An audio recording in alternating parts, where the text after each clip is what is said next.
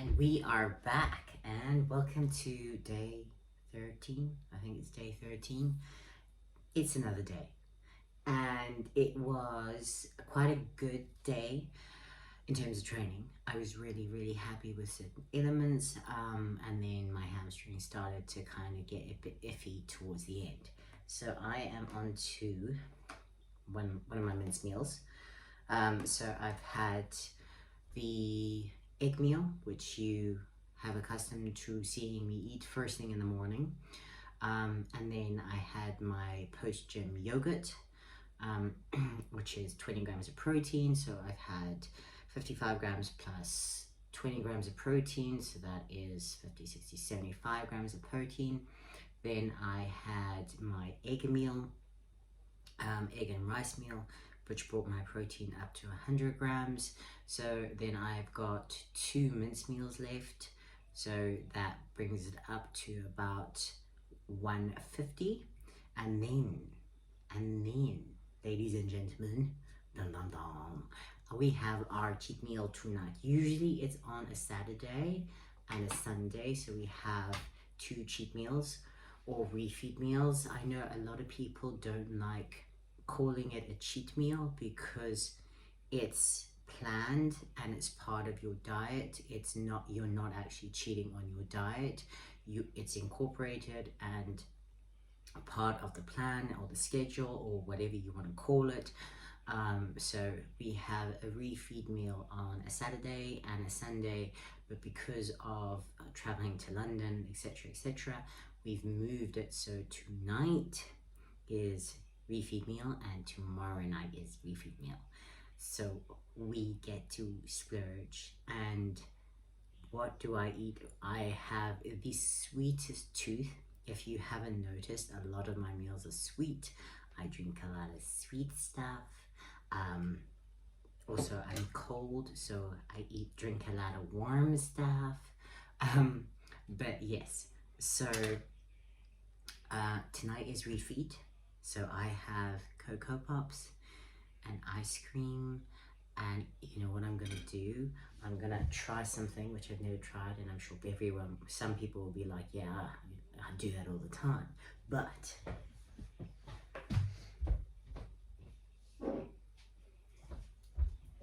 I've got like a knockoff Nutella. So I've got this, and I'm gonna heat it up, or try to heat it up a bit, and I'm gonna put it on top of my ice cream and see how that tastes. So that is part of my cheat meal. So I usually have like some Cocoa Pops. I know everyone's gonna be like, how is that a cheat meal? In South Africa, okay, you can't get Cocoa Pops. I mean, you get Cocoa Pops, but they're crap. They're not actually made with rice. They're this multi-grain, absolute disgusting, cardboardy, not nice stuff. So ever since we've moved to the UK, I've been like, oh my word, we have Cocoa Pops. So I feel like I'm making up for the fact that for 30 years, I haven't been eating like Cocoa Pops, and now I just eat it all the time. So I'm going to be having Cocoa Pops tonight, and I'm going to have my ice cream with, like, you can't call it Nutella, but Nutella. I know it's not healthy at all. And then I'm going to have a little bit of pizza, homemade pizza as well. So that is on the plan for tonight. In the meantime, I stick with my mince. So what I like to do with my cheat meals or refeeds, or however you like to term them, is I will eat all my protein and get in all my meals, and then eat my refeed meal on top of my other meals. So it depends on where I am, like cutting wise. If I feel like I'm not cutting enough, I will replace one of my meals with my cheat meal. But then I just have to make sure that within that cheat meal, I am getting enough protein. So those are my 2 kind of rules. If I feel like I've stagnated, or I'm not cutting quick enough, etc., then I just replace one of my actual meals with a cheat meal, and make sure that I get in enough protein first and foremost, and then whatever else I want. If I'm like on track, clean, good to go, or trying to build, or I'm in bulking season, etc., etc., then I will have all of my meals and a cheat meal on top of that. So that are my two options for refeeds. And my rule for a refeed is obviously make sure you get in your protein if it is part of the protein that you need to get in. If you've already hit your protein for the day, you know, have at it, have whatever you want, but don't go crazy, because the last thing you want to do is you've you've dieted, you've done really well all week, and then you just go absolutely berserk on your cheat meal. You binge eat like 20,000 calories, and you undo all of your hard work from the entire week. And that's why I'm not a big fan of cheat days, because so many people do that, where they like just eat and eat and eat and eat, and then, you know, suddenly they're 10,000 calories deep in all the crap that they shouldn't be eating. Then they start to develop, you know, cravings, especially if you're sugar sensitive. So I'm very lucky in that I don't, even if I have a cheat meal that contains sugar and lots of sugar, I don't go the next day and I suddenly have a lot of cravings. So I'm really grateful about that. I can kind of literally, okay, I've had my cheat meal, back on track. I don't get cravings for sugar and that sort of thing after a cheat meal, though I know a lot of people who do struggle with that. You know, they'll have their cheat meal loaded with sugar, and then for the next 2 or 3 days they have severe sugar cravings, in which case I would say, you know, obviously try to avoid too sugary a cheat meal. But I do believe, you know, especially if you're dieting hard, you need that kind of that mental switch to keep you going. I don't believe you can just like go, go, go, go, go, without any refeeds or anything like that, because you will eventually crack, and when you crack, you'll binge, and that binge will turn into like a 2-week fiesta of eating anything and everything, and then all your hard work is out the window, and not only have you put the weight back on, you've put that weight back on and then some. So rather do small little rewards to keep you focused and keep you on track than go absolutely crazy. And it's also one of those things, like, I'm not hectically cutting, but and even when we're not cutting, when we're bulking or anything like that, I stick to a very, very, very, very strict diet year round. I eat the same thing, as I said, and have you seen, I will eat the same thing every single day. Every single meal is the same, and I don't mind that. Like, I actually like my food, and I don't get cravings or anything like that, but I do like, you know, to eat Cocoa Pops, and to eat pizza, and to eat burgers, and things that aren't on my diet, like once a week. Just kind of like switch off, enjoy a good movie, and eat whatever the fuck I want. So yes, I do that, and it's usually very, very, very sweet. But I have a very sweet tooth. But back to training for today. So today, again, cycle to the gym. Usually this is Saturday's training, so I've switched everything around. I didn't have a rest day midweek. So in theory, we would be leaving for London tomorrow, but we're not anymore. We're leaving Sunday morning. So in theory, tomorrow I could train, but I don't know if I will. We'll see. If you see me doing like okay, I did this today, training got the better of me and I decided to move. Otherwise, it's just meal prepping tomorrow. But today, so cycled to the gym, did my mobility, my stretching, warmed up nicely, and then I did squats, back squats. So I was not too sure how my hamstring would feel, so I was very tentative, felt the movement out. before going heavier and heavier. So I did a set on 70 kilograms, and then I did a set on 95 kilograms, and then 90, I lie. So I did 70, 90, I should have my book with me because it has all my numbers in it. 70, 90, 105, and 115. Now, the goal had been to do about 117.5 to 120, but I didn't want to push it. I was just happy that my hamstring let me do the movement and wasn't causing me issues. So I did 4 working sets on 115 kilograms, and it felt good. So again, as you'll notice, no belt, no knee sleeves. And I don't like to use them, as I've already discussed, unless I absolutely have to.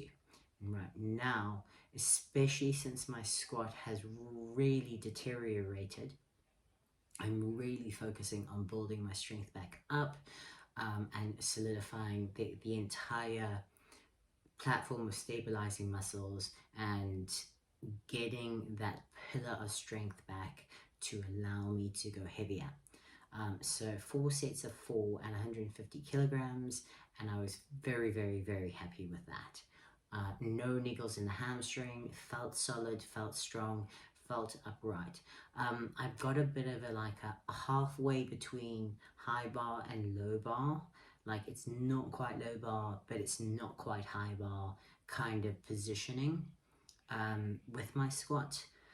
Obviously, the best for strength, as in the number that you can lift, would be a low bar.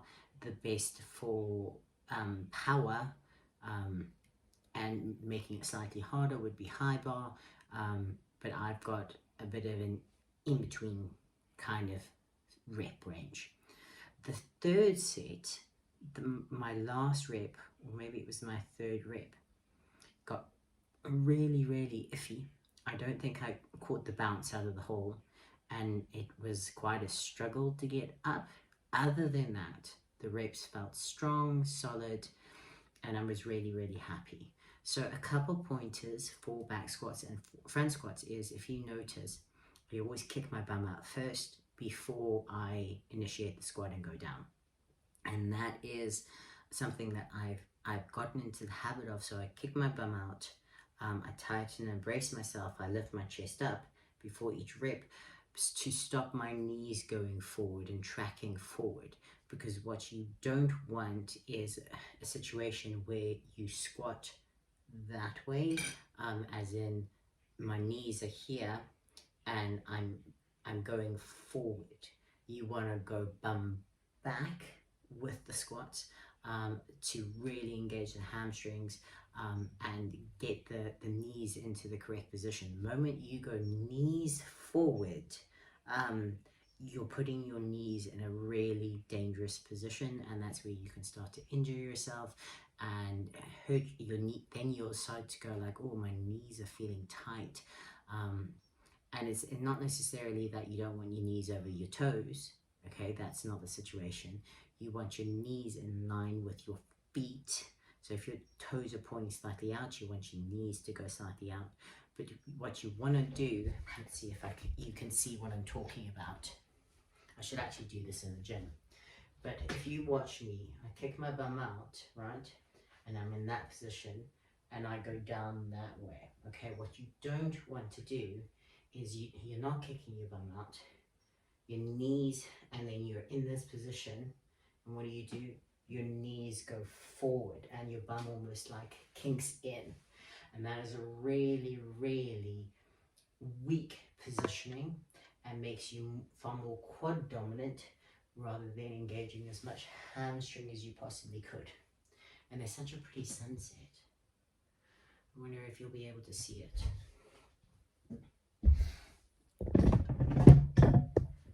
Wee, can you see the sunset? How pretty is that? It's a very pretty sunset. I'm like, as you can tell, ADD. Okay, So back on track. I promise, no more distractions. I will keep going about the squats. So don't do that, okay? You want to bum back, okay, and really engage your hamstrings and bum back as you squat down. So I was really happy with my back squats. They felt good, they felt strong, they obviously weren't as heavy as I had hoped for, but at the same time I was really happy that I wasn't feeling my hamstring. Then I went to deadlift, and that's where things went a bit pear-shaped. So the goal had been 4 sets of 4 reps at 165 kilograms, and so I did 70 kilograms, 120 kilograms, 150 kilograms, and all felt okay. But I was like, hamstring is just there, I can just feel it. And I was like, I'm not too sure. So instead of jumping to 165, I did 155, and it felt okay, but I was becoming more and more aware of the hamstring. So I was like, okay, I'll just add 1.25s. So I did one set at 157.5, and the last rep, the 4th rep, was like quite iffy. Like I really felt my hamstring. So I was smart, or should I rather say I was a good girl for a change, and I actually stopped there. So not quite as I had hoped or planned. There was no 4 working sets at a weight, and this was literally just 150, 155, 157.5. Not ideal, and I also only did 3 sets instead of 4. But it's okay. Like, I feel like I would rather nurse the hamstring and make sure that it heals properly, and the moment I just start feeling it, you know, calling it there. So I called the deadlifts at 157.5, so not quite where I wanted it, but hopefully by next week it's feeling a lot better. But I will continue to keep you updated on how everything feels and go from there. I will probably put, I forgot one thing. I got a new gym outfit. Like, I got a bunch of new gym outfits. Like, I'm the kind of person who will literally wear something until it falls apart. So a lot of my clothes have started disintegrating. So I was like, I actually need some new clothes. So I was really excited. I wore one of them today. I was like, they're so cute. And there's black. Yes, I don't have much color. But I was like, oh, it's so cute. Anyway, so I liked my outfit. I felt cute in the gym. Like, normally I just don't give a flying fuck. But yeah, I liked my outfit. I will put all the videos, obviously, overlay this so you don't have to look at my fucking face for the entire 18 minutes that I'm talking. And as I said, please let me know if you like the videos, if you'd like to see anything in particular. Hopefully I get like a microphone and I can actually speak at the gym and explain, like with the front squats and the back squats, actually what I'm doing and what you should feel and focus on when you're squatting. And then, yes, I'll see if I squat tomorrow, but regardless, I'll show you another one of my yummy recipes. I'm going to make meatballs, Italian meatballs, which is another thing that I like to eat with my mince as another option for texture change. So, let me know what you think. I hope you have an amazing day. Keep me posted. Comment below. Would love to hear from you. And make sure you like, subscribe, and share. Thank you.